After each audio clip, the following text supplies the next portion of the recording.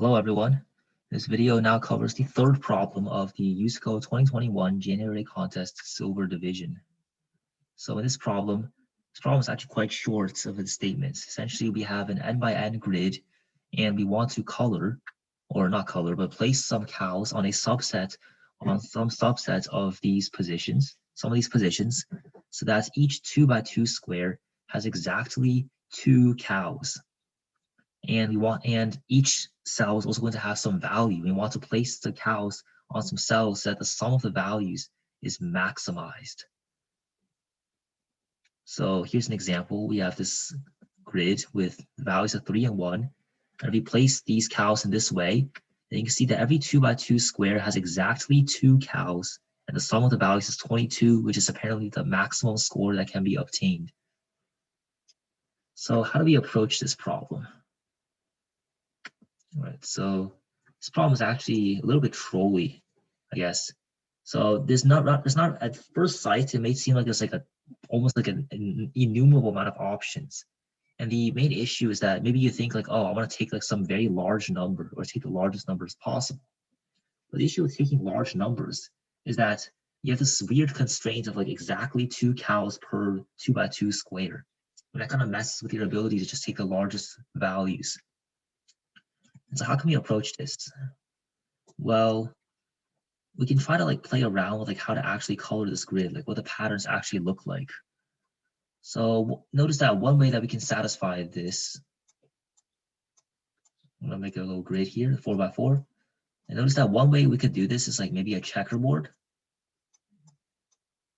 So that would certainly work because every 2 by 2 square has exactly 2 cows. We can also play with some other options. And what you might notice is that, let's see what happens when we place 2 cows next to each other, like this. Well, here's the thing. If you place these 2 cows next to each other like this, then consider these cells above and below it. Both of these 2 by 2 squares are already satisfied. They already have their exactly 2 cows. So these 4 cells will be empty. Because these 4 cells are empty, this square needs 2 more cows, so it's going to have to fill these 2. By definition, there's no other way to satisfy this constraint. And the same logic applies down here. These 2 squares have to be filled in order for this square to be satisfied. There is no other way to satisfy this square. And now we apply the same logic downwards. You'll notice that we kind of just fill this entire column.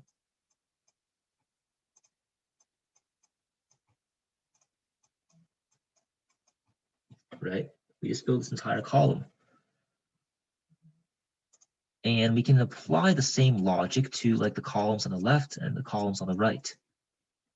The other possibility is that we have 2 like this. So then we fill this is like an entire row. That is the other possibility. Because we have something like this. But notice that we can't have both this type, like fill an entire column, and this type, fill an entire row in the same grid. We can't possibly have both. And that's because when the 2 of these collide, you'll either get 3 in a square, right?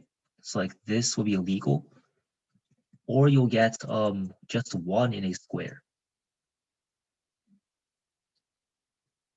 Or actually, you'll get something like this, in which case this square becomes invalid.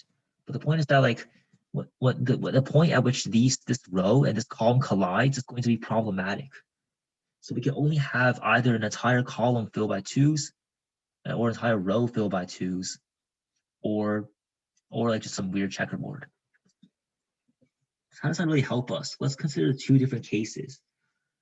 The first case is one in which we have all the columns as like these like 2s.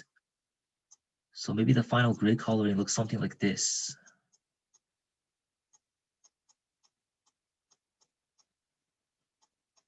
Right?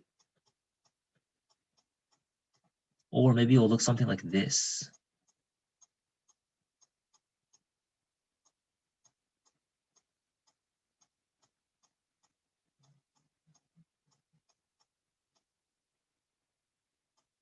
right?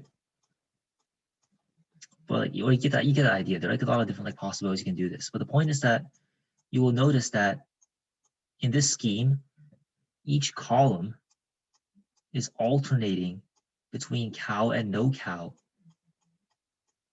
right? For example, this column is cow, no cow, cow, no cow. This is no cow, cow, no cow, cow. So each of these columns will be alternating. The other possibility is if we have the cows kind of go across these like rows, right? Then we just have the same thing. Then we just have the same case as like the cows going down the columns in twos, except like rotated.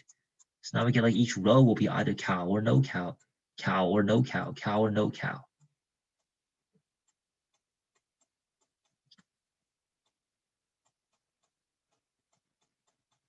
I'm just making up random ones, but the point is that like you can see that in each row we choose like one of the two configurations for cow versus no cow, and then it will always be able to fill up the grid correctly.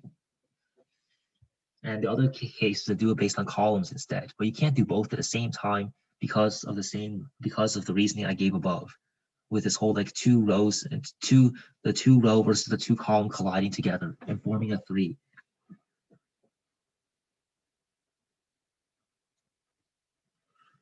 And so that's actually just gives us the solution. So we just try both cases. And if we try the row case, then we just need to take for each row the maximum of the two offsets. And the same thing for column. Basically, for each column, we just take the maximum of this configuration or this configuration. Maximum of this or this, maximum of this and this. We just add up for each column, or we can do the other case of just the rows. And that's going to be the solution. So this is a little bit, yeah, it's definitely simpler than one might expect, in my opinion. So let's go ahead and write the code for this. So taking in the inputs, we just have our n, and we have our grid.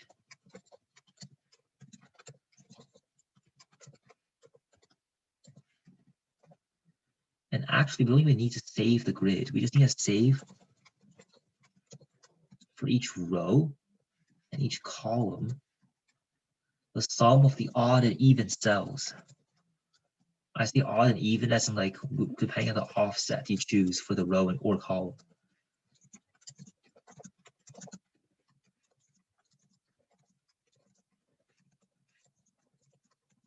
So for the row I, this will be j mod 2, it's going to increase by a. Same thing for the column. Now we just do case 1, alternating cow, no cow in each row. So I'll say this is answer 1. And we're just going to take the maximum for each row. Maximum of the two configurations. Case 2 is each column.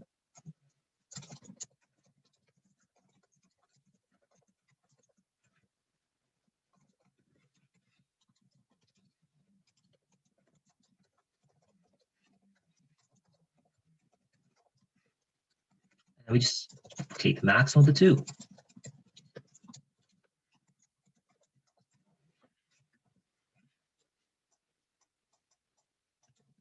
Let's see if this works. It does. All right.